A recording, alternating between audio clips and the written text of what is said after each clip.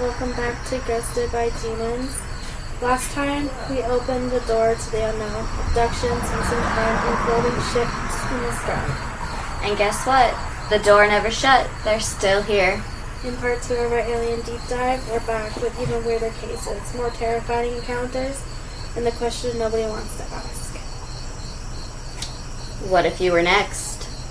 From hypnotic regressions to secret government sightings, we're digging deeper into the stories that keep you staring at the sky and sleeping with the lights on.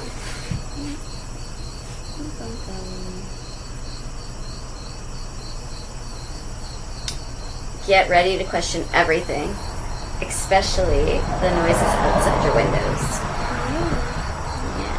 This is Ghosted by Demons with Ash and Cole. Aliens Part 2.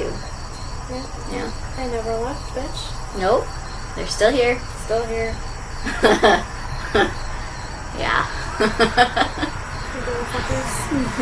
They're never going anywhere. Nah. We've been playing with that laser beam for a few nights. Mm-hmm. And that's been scary. Yeah. It's been fun. Have fun. Alright. Yeah. Do you want to talk about the basics of the abductions before we read? Sure. So some key aspects of alien abduction stories.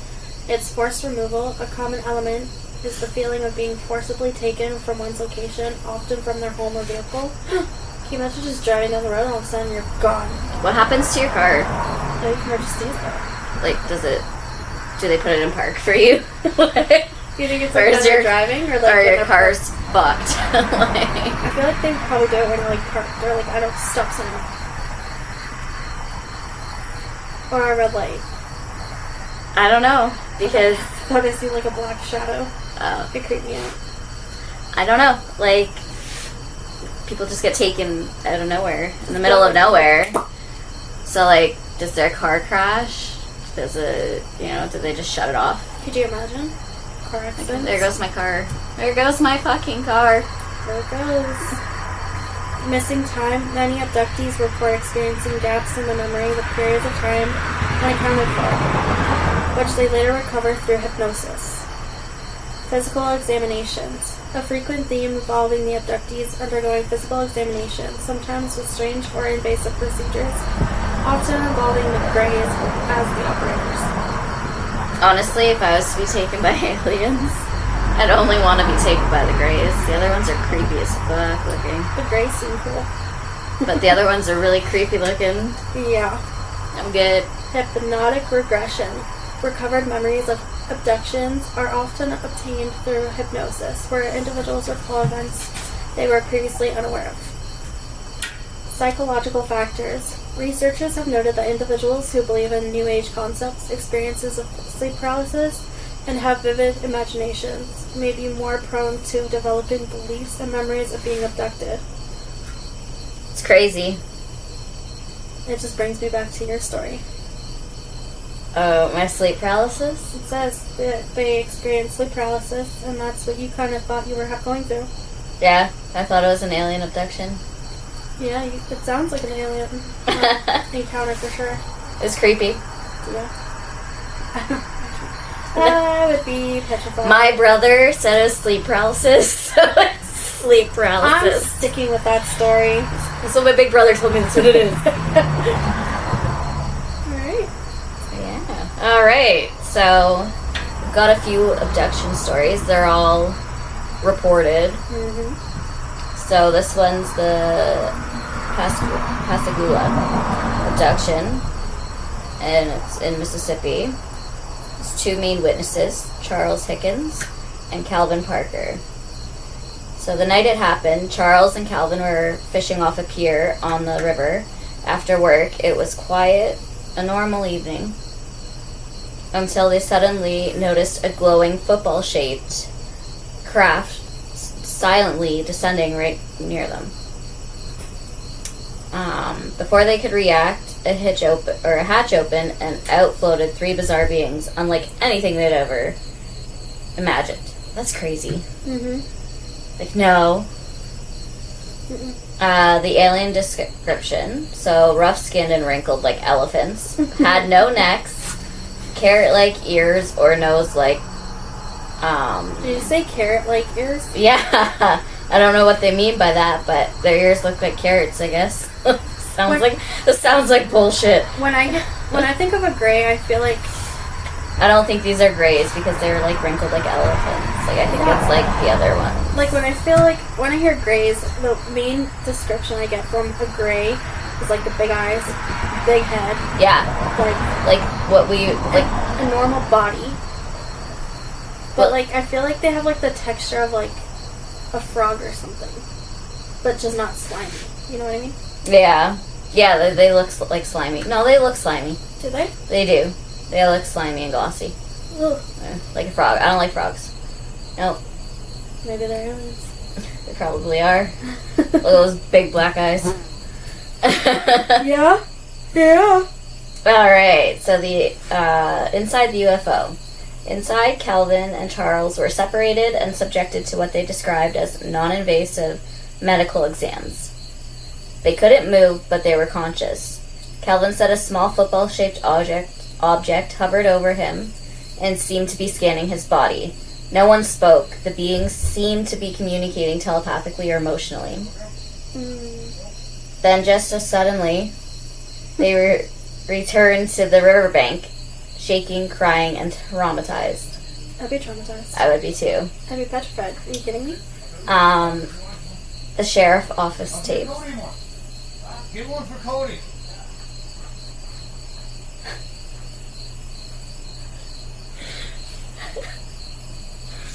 Okay.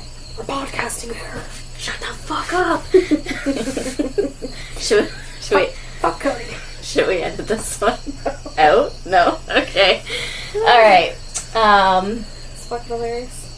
So, the sheriff office tapes. The men went straight to the police who didn't believe them, so they left them alone in a room and secretly recorded their conversation. Instead of faking anything, the tape caught them panicking and praying, with Calvin nearly in tears saying, "I know there's a God up there. I've never seen anything like that in my life." And somehow this tape was like a key piece of evidence. Oh? Yeah, so the aftermath, both men passed polygraphic tests and drug tests. You were probably like, bitch, you were so high when you came in here. You were on a bender fishing. They were ridiculed by the public, especially young Kelvin, who avoided the spotlight for decades. In recent years, new witnesses came forward claiming to have seen the craft that night from across the river, leading to credibility to their story. Kelvin Parker eventually wrote a book in 2018. After staying silent for years, he said he finally wanted the truth out there before he died. I still have to look up this book. So do I. I really want to get it. Yeah, I want to read it. And go with all my spells and witchcraft and all that other kind of books. So there's probably much more detail than what we're giving in that book. Definitely. About his experience, so it'd be cool to read after talking about it. Yeah. Yeah. I'd be shitting my pants. Yeah. I'd be terrified. I mean, I would write a book about it. Probably. Alright, another one is the Allagash abductions, August 20th, 1976, in Allagash, Waterway, Maine. Main witnesses is Jim Weiner. And his brother, right? And his twin brother, Jack Weiner. Weiner. Oh my god, that's hilarious. Chuck Rack and Charlie Foltz. All art students from Massachusetts College of Arts. The four friends were on a canoe trip through the remote Allagash wilderness. On the second night, while fishing on Eagle Lake, they spotted a massive bright light hovering silently over the trees. To get a better look, they signaled the object with a flashlight and it instantly moved towards them. That's when things got weird. All they remembered, paddling like hell for the shore, and then nothing. The next thing they recalled was standing on the beach, watching the UFO rise into the sky and disappear. The campfire, which they had just built before going out, was burned down to embers, even though it should have lasted hours. They realized hours had passed, but none of them could remember what happened during that time. In the weeks and months that followed, each of them began experiencing the same terrifying nightmares. Being on a metal table under blinding lights, surrounded by strange bug-eyed humanoids, unable to move or scream, being probed and examined, and it wasn't until years later in the late 1980s that they sought help from UFO researcher Raymond Fowler, who suggested regression hypnosis.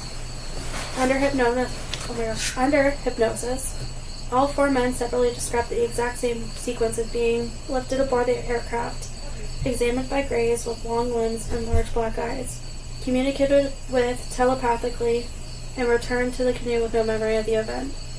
The consistency of their stories and the emotional trauma revealed during hypnosis blew investigators away. They each passed polygraph tests. Their shared trauma and consistency added credibility. Skeptics argued that hypnosis may have created false memories, but no one could explain the shared missing time and nightmares. To this day, the baaaack abductions are considered one of the most compelling multi-witness abduction cases ever recorded. I couldn't do it that loud. I tried and it was silent. Oh, well. Yeah. Alright, so that's the end of that one. Yep. Oh, shouldn't go fishing, guys. No. Alright, so this one's the Travis Walton incident. On November 5th, 1975, Snowflake, Arizona. So its main witness is Travis Walton, and also involved were 6 fellow loggers. So Travis was working with a logging crew in the National Forest. As they drove home after work in their pickup truck, they spotted a bright hovering disc-shaped object from in the trees. Travis jumped out of the truck to get a closer look. A blue dash green flame of light. Oh my god. I can't speak today. Beam of light. The goddamn beam of light Screwed me all up. So, yeah, okay.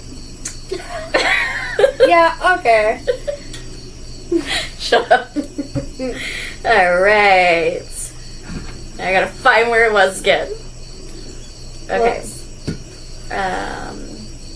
Shot out of the UFO, hit Travis in the chest, and threw him several feet in the air. His coworkers freaked out and sped off, assuming he was dead. Let's just leave him. Let's just leave him behind. He's dead. Poor Travis. Yep. 5 days of missing time. Nope. After notifying the police and returning to the scene, there was no sight of Travis. He was missing for 5 days. Authorities even suspected foul play and grilled the loggers, but all 6 men passed polygraph tests and their stories stayed consistent. Then Travis suddenly reappeared. Okay? After 5 long days. He was found dazed and confused at a gas station 30 miles away, claiming to have just come back from being aboard an alien spacecraft. So he remembered. Yeah. Inside the ship, according to Travis, he woke up in a room that looked like a hospital. Standing over him were short, bald beings with large heads and huge eyes. Your classic Greys. At least he got them. Yep. He panicked and fought them off, but encountered taller, more like human beings in blue jumpsuits. They didn't speak, but communicated telepathically, and even put a mask over his face, causing him to black out. No. He woke up in the highway near the gas station, with a strong memory of what happened, even though 5 days had passed.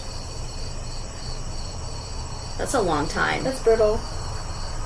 Evidence and aftermath. Travis passed multiple polygraph tests and never changed his story. He suffered weight loss, dehydration, and PTSD-like symptoms. The story was turned into the 1993 film Fire in the Sky, although abduction scenes were dramatized to be more horrifying. That's the end of that one. Wild. That is the crazy. Crazy. Alright, abducted by aliens, believers tell their stories. August 7, 2009. Yeah, 2009. 2009. That's like high school. Yeah. Yeah, literally. In a small New England town, members of a support group, which boasts a growing membership of 1,500, gather for a secret meeting. I want to let you know that you're not alone, the group leader begins. Twin sisters Aubrey and Debbie, who have asked that their last names and hometowns be withheld, have also come a long way to share their experiences. It was a long, tiresome battle, Aubrey said. It's impacted my life tremendously. I'm still in therapy. The twins' first encounter with aliens, they say, The twins' first encounter with aliens, they say, came during childhood and continued into adulthood. They also believe that they've been abducted together on the same spaceship, only to compare stories afterwards. We have been together on abductions, Aubrey said. We have been up in the crafts and seen our house from above, so we realized that they are not from here. They are very good at mind using, or whatever they want to call it. They'll leave you with bits and pieces of things you can remember. So we do remember certain things of being there together. When asked why aliens would continue to abduct them together, the twins had no explanation. That's the question I ask myself, Debbie said. A lot of times I wake up in tears. Why me? Why can't this happen to to somebody else? Can't this happen to anybody, like somebody else? Sherelle Copeland, a former U.S. Marine, traveled the farthest to attend the secret meeting, driving 600 miles from rural Virginia.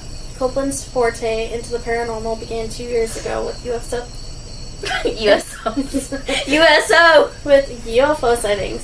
He said was captured on his cell phone from his apartment in downtown Suffolk, Virginia. Yeah.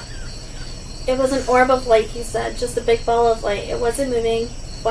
One was solid white. The other was directly across the street from it, up 300 feet above the ground, and was changing colors very rapidly. This is not unusual. Something's wrong here. Maybe I am in over my head. I'm not supposed to be looking at this stuff, Copeland, 27, who drives forklifts at a warehouse for a living, recalled thinking. I'm so lost. But after the video of what Copeland said he witnessed in the sky was posted on YouTube, he said a strange visitor came to his front door. Men in black. Oh? Love it. I woke up from my nap by the sound of someone trying to enter my apartment, he said.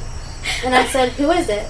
There was no answer. Still just, you could see the doorknob moving and like a scratching at the door. And I kept a firearm. It was on my table, and my thought was to get up and check. I was in complete paralysis? Yeah. Bitch, when you were all like, when I woke up from my nap, I thought you were telling me a story about something that happened after your nap. The only thing I could move were my eyes, and I heard a voice through the door say, "You don't need that weapon, we won't harm you." Soon after, Copeland said that he started experience what he calls missing time during a span of 2 nights. Copeland said he missed 4 hours, not as a result of sleep. Alright, so my mic died. This one is the Manhattan alien abduction, 1989. Lower Manhattan, New York City. Linda claimed that on November 30th, 1989, at around 3:15 a.m., she was levitated out of her 12th story bedroom window in her Manhattan apartment by a blue beam of light and floated into a hovering UFO. This happened without breaking the glass. Just straight through the window like it was air. The witnesses, this is where it gets wild. The case was imploded in the UFO community with multiple witnesses coming forward, including 2 bodyguards and a political figure, rumored to be a high-level UN diplomat. Seeing the whole thing from the Brooklyn Bridge while in a car. They were shaken by it. One of them later contacted Bud Hopkins and even described Linda's appearance in detail, though he's never met her before. Jesus. Sorry. Jesus! Even creepier. Oh my god, this poor girl. Traumatizing UFO abduction encounter, and then later on, other witnesses allegedly tracked her down, kidnapped her, and interrogated her. No. Trying to make sense of what they had already seen. She claimed she was missing time and trauma from this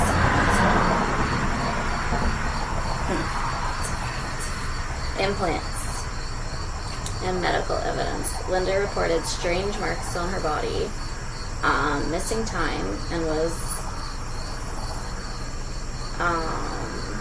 at one point an object was allegedly expelled through her nose.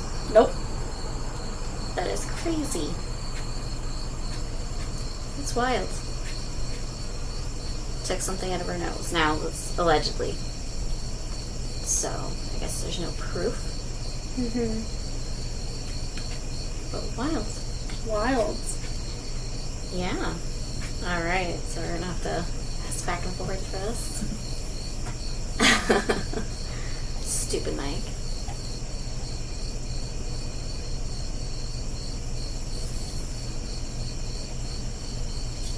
That was it? What? That was it? Yeah. Okay.